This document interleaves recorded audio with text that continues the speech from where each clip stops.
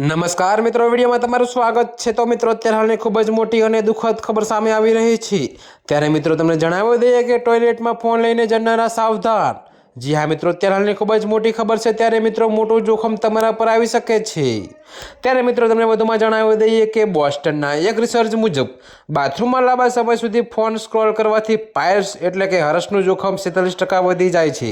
જી હા મિત્રો, તો અત્યારે હાલની આ ખૂબ જ મોટી ને દુઃખદ ખબર છે। ત્યારે મિત્રો, સ્માર્ટફોનનો ઉપયોગ કરવાથી ટોયલેટમાં વધુ સમય બેસવાથી મળદ્વારની નસો પર દબાણની અસર પડે છે। જો કે મિત્રો, તમને વધુમાં એ પણ જણાવીએ કે આ સિવાય ફોન પરના બેક્ટેરિયાને કારણે સંક્રમણનો ખતરો પણ વધે છે। તો મિત્રો, નિષ્ણાતો સલાહ આપે છે કે બાથરૂમમાં 10 મિનિટથી ઓછો સમય ગાળવો અને ફોનનો ઉપયોગ ટાળવો જોઈએ।